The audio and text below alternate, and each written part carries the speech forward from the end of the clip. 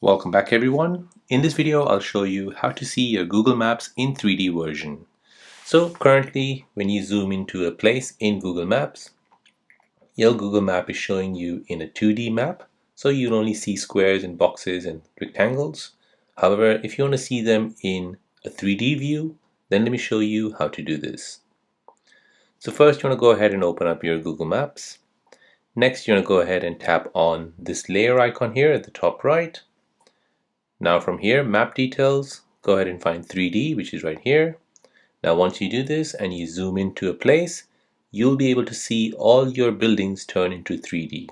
If I tap on the layer and then remove the 3D, you'll see that it's turned into 2D and then it'll turn back to 3D. By using this 3D information, you'll be able to see how the building looks like in real life. So there you go guys, that is how to see Google Maps in 3D. Now, if you're new on the channel and you want to find out more about your iPhone, your Android phone, or any other social media apps, then don't forget to subscribe to this channel. Hit the like button if you find this video useful. Thank you for watching and see you in the next one.